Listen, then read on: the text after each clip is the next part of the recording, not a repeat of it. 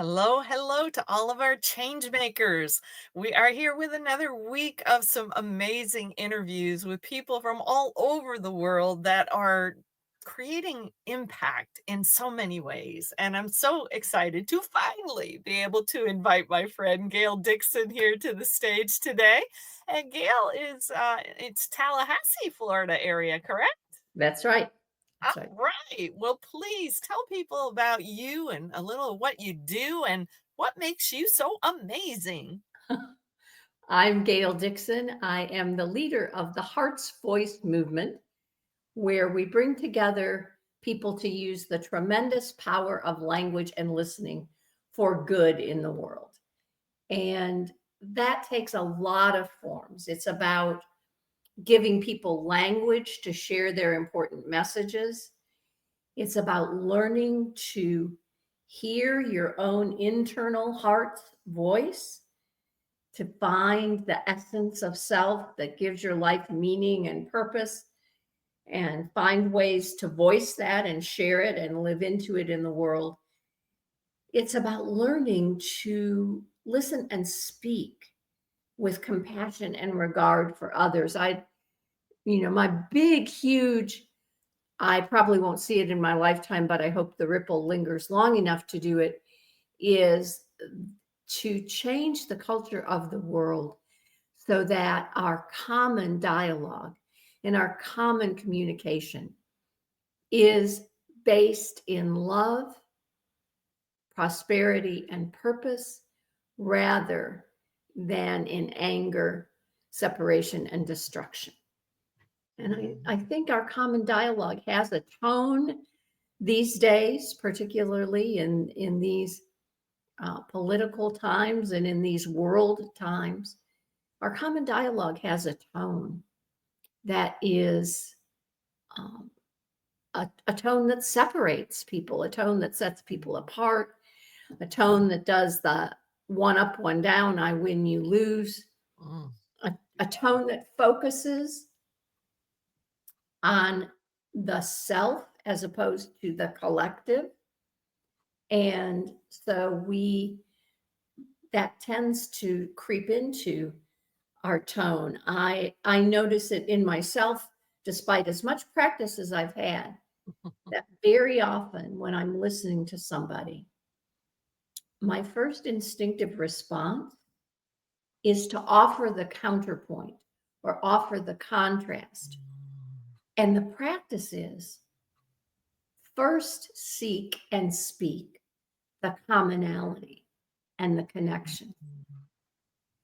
And if I do that, if I meet what you say to me with where I find commonality and connection, it gives us a much safer and sounder place with which to work through the points of divergence or difference. Mm. Where when I come at you with the divergence and come at you with the difference, the natural instinct is for you to pull away, not to connect. Mm. And Yeah. so, if that's the way we meet and encounter each other in the world, and that's the intention, if my intention is to connect and find common ground rather than to steamroll you and persuade you to my point of view, if I'm not insistent on making us all the same, but finding expansion in embracing our differences, it makes Mhm. a whole different set of relationships, whether that's between countries, between races, between genders, within relationships, between parents and children. It sets a different climate for the connection to occur. Mm. Absolutely. Well, and that goes so well with what you started with, focusing on love instead of all the divisiveness and anger and hate and so many of the things that get thrown at us day to day. Yeah, It definitely reminds me of one of, Stephen Covey's habits, right? He said, "Seek right. first to understand and then to be understood." Exactly. Sounds like you are very much a promoter of that idea. Absolutely. Absolutely. Well, what kind of help people understand what kind of services are you actually offering, or tools, products, whatever that help in this desire to create a more um, shall we say, gently communicative society? Well, my primary focus is on building community and Okay. encouraging people, helping them to shape their lives to that kind of communication. So Hmm. it's really about the community we've created in the Heart's Voice Movement Facebook group. Yes. That's our primary means, and by spreading the word out there. And when I do offer services, it can be, for example, for people who have a cause or something that they want to advocate about. It's about honing the message, finding the words that will resonate and connect with the people they're trying to reach, framing the position, or crafting a signature talk for somebody who's wanting to promote themselves or what they do.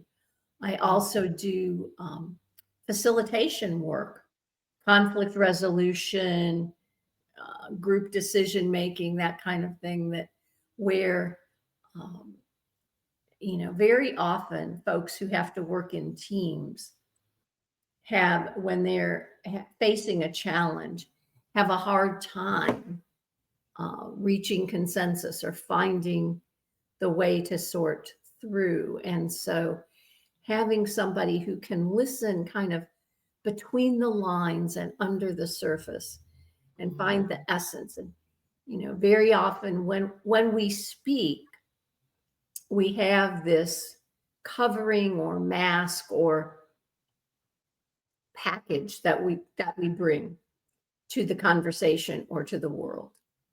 And that is shaped by something deeper, something within us, whether it's a fear or a desire or a feeling. And people react to the surface that we bring, which may not be the reaction that they'd have to the essence underneath. And Mhm. so, but it's hard for us. It's hard to be vulnerable. Sometimes it's hard even for us to put the words around what that essence is. I have a feeling, I don't know, I feel compelled.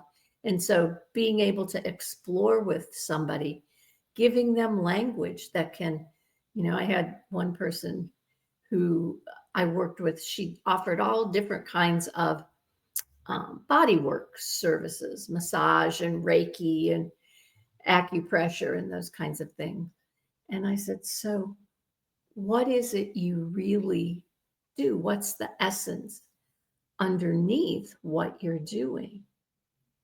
And she said, you know, it's to bring people into alignment with how their body is functioning rather than resisting how their Mm. body is functioning. Mhm. So then we were able to work with the language. And instead of listing the services she did, we were able to talk about, you know, what would happen if you and your body were flowing in the same direction, in the same way? What would happen if Mm. you didn't resist a change that was going on in your body? All of that. So we were able to find the language that then allowed her, and it made her see the common thread. It was like, oh, I didn't just choose all these things because they were the flavor of the month or the direction the field was going. I chose these things because they had something in common, which Yes. was being in energy alignment with what was happening between their mental, emotional, and spiritual state and what was happening with their physical state. Gotcha. Gotcha. Now that's a great example. Thank you for sharing. Because yeah, I think a lot of people's voices have just gotten stuck because they just fear, so many things right now in terms of, being attacked by people who disagree with what they believe or feel or whatever. I mean, I'm sure you've seen a little bit of all of that. Yeah, and we by nature, we as humans tend to gravitate toward the similar. And Mhm. so, what happens when we are in groups or cultures or connect, um, communities, is we tend to adopt the language and behavior of those around us. Nobody wants to be the stick out like a sore thumb. Mhm. Everybody wants to belong. Belonging is way basic on that hierarchy of needs, that True. feel needing love and belonging. So we shape ourselves to belong. And sometimes that's because that's where we belong. But sometimes we shape ourselves right out of the essence of ourselves in order to belong somewhere. Mm. Sometimes we look at it and say, wait a minute, I'm not that shape. I'm not that size. What is that? But we use that language. And so we begin to see ourselves through that filter or see ourselves in that language and to match up with that. And sometimes it just helps to take a step back and say, if I were just here, just me and the great expanse of universe, who and how would I be? Mhm. And how do I hang on to that no matter what pond I find myself in, no matter what group, you know? Yep. And that's that's an exercise. It's a spiritual discipline. It's learning. It's maturing. Sometimes it's the good fortune to be in a group where the group think is not. We have to be molded into the Stepford wives, and all of us look alike and come out of the factory assembly line all looking alike. But there are other groups where looking like you came off the assembly line is a condition of membership. That's true. That's And true. so, I believe, Shayan, that I think we are all literally starseed. We all have a little nugget or kernel of the divine born into us, placed into our hearts Yes. as we're born. And that our task on this earth is to grow into that star seed and to connect with the other seeds until we build back that one great unity, Mhm. one great love. And so when we are not nurturing or finding, when we're not hearing and seeing that star seed in others because of all the noise that's out there in the world Mm. and all the vibration that comes past us in franticness and distance and distraction and all that, when we're not hearing that, we're getting farther and farther away from the essence of who Yes. we are and why we're here. And really, for me, I believe that God placed me on this earth with a highly tuned ear and a deeply tuned heart so that I could use that ear and heart to really hear others and reflect their essence back to themselves. I Mhm. could be the mirror, I could be the microphone or the amplifier that they couldn't find in or for themselves. Or I could be the encourager to say, here's a way you might begin to hear yourself, hear Mm. what that essence in your heart is. And when we do that, when we're able to do that and live into that and make that the way we live in the world, then we are contributing to the well-being of the planet and to the well-being of others. And, growth and contribution is way up near the top on Maslow's hierarchy. We grow to it. We Yes. we grow up the hierarchy as we become adept and equipped and take in all those things lower on the hierarchy. When Mhm. we are safe, warm, dry, and fed, when we are loved, when we belong, when we have an understanding of ourselves in relation to the world, then we're able to grow and contribute until we feel full and whole in ourselves. We have nothing to offer to the collective. We have to move through the world full enough that we have something to give. Full enough that if somebody wants to chip away at something at us, we don't find ourselves empty. Yeah, definitely. And you've done a great job of just describing what does make you so amazing. So thank you for that for Sure. sure. But I'm curious, and I'm not sure I've ever asked you this before, but is there a backstory? Is there some event in your life that happened that kind of led you to this very passionate work? Well, there's the long and winding road and the short and easy version.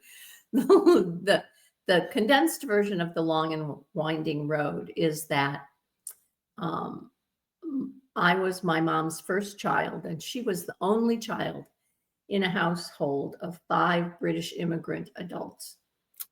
And words were the currency in that household. My grandfather was a Shakespearean actor, and he and my grandmother and my great uncle, my great aunt were performers. And so, you know, being able to be um, conversing, I mean, I got read Shakespeare and Chaucer and Dickens instead of fairy tales. Wow. And so I learned. And my grandfather really was my person in the world. And that lesson about having enough in yourself that you always have something to give and Mhm. being whole enough in yourself that nobody could chip away at your essence, that was a lesson from him. And so I'd always loved the words and I gravitated toward being a speech major and a teacher and doing all those kinds of things. But what I did for all of my professional career was live as the well trusted number two. I was the person behind the scenes, behind the curtain, giving the words and giving the microphone to the person on the stage. Wow. And I was really good at that because, boy, could I equip you with the speech that was going to knock their socks off. You betcha. Could I write that article from your brilliant idea and get you a publication? No question. But I had this level of self-minimizing or this level of fear of being in the spotlight. But the big cataclysmic event that caused me to come more into owning this work and owning this space was one day when I was at a conference and I was standing up at the podium, and it was my job to convey somebody else's message, to convey the essence of this is why this is the new research in blah blah blah, and this is why, and I opened my mouth to speak and nothing came out. No words, not one single word. And I Hmm. couldn't get my breath to talk. Wow. And I had to turn the podium over to my boss. And they got me off the podium and took me to the hospital. And what we learned is that I had a paralyzed diaphragm. Wow. And um, So I spent 2.5 years on oxygen 24 hours a day. I had a concentrator at work and a concentrator at home. And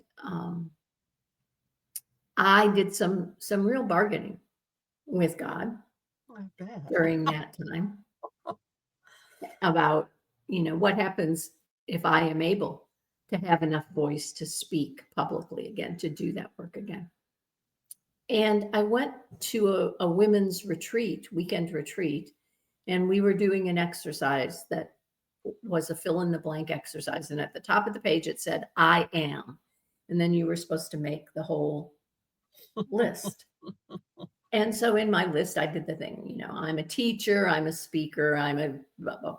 And at the bottom of the list, I wrote, I am the heart's voice.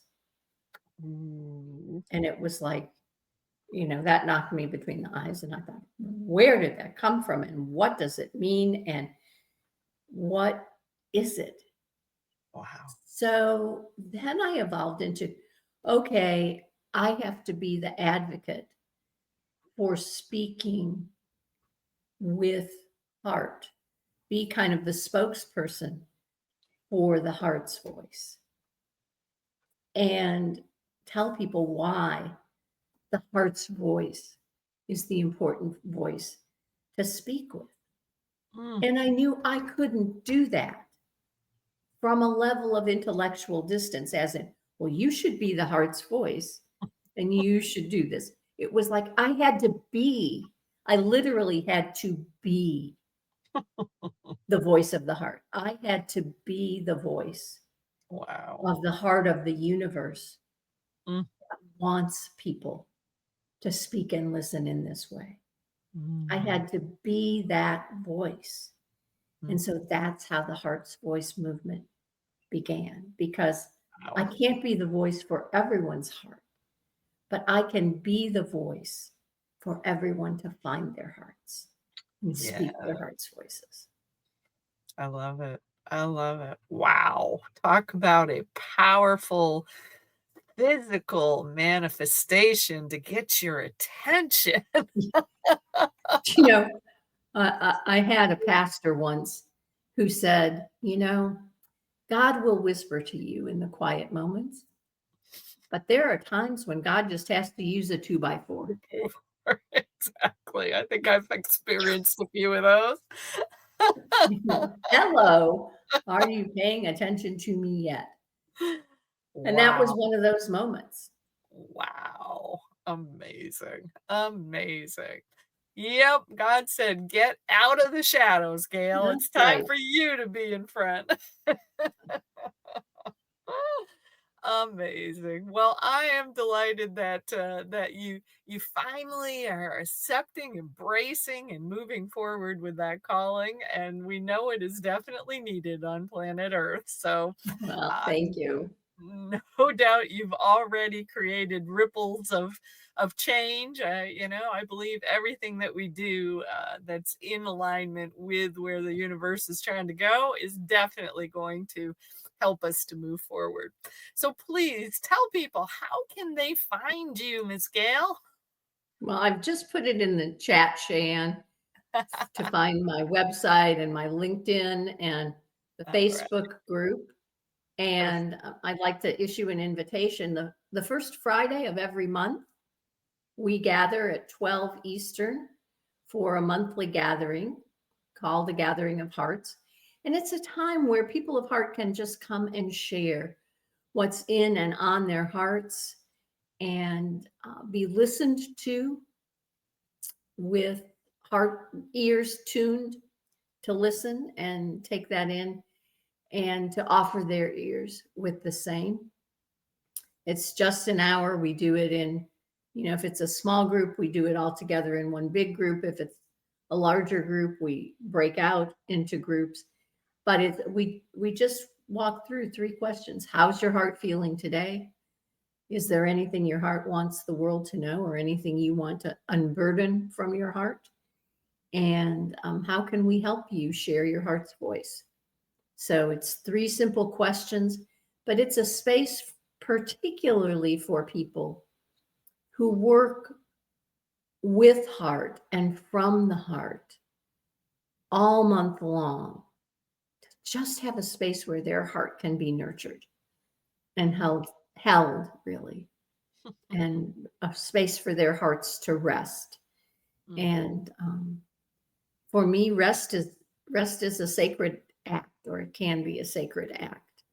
And we Absolutely. don't often see that in the world, but I wanted to create a space where hearts could just rest and feel held for a moment before they went back out into whatever they were facing. And so that will be this Friday, June the 6th is the next one. Awesome. And so this is great timing for us to do the interview today. And it's the Absolutely. last link in the chat is where you can register for that. It's free. Register and you'll get the Zoom link, and we'd love to have you.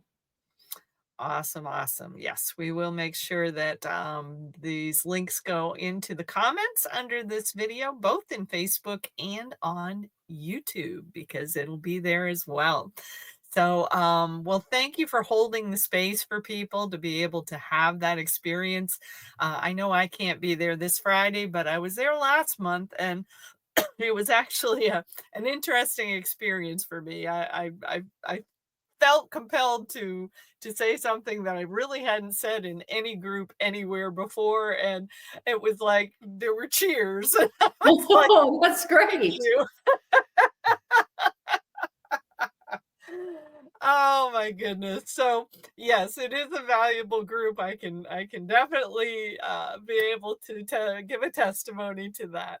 So, I know you usually end your meetings with, kind of a phrase that you like. I'm hoping you might end this in the same way Uh, because it's powerful. I will indeed.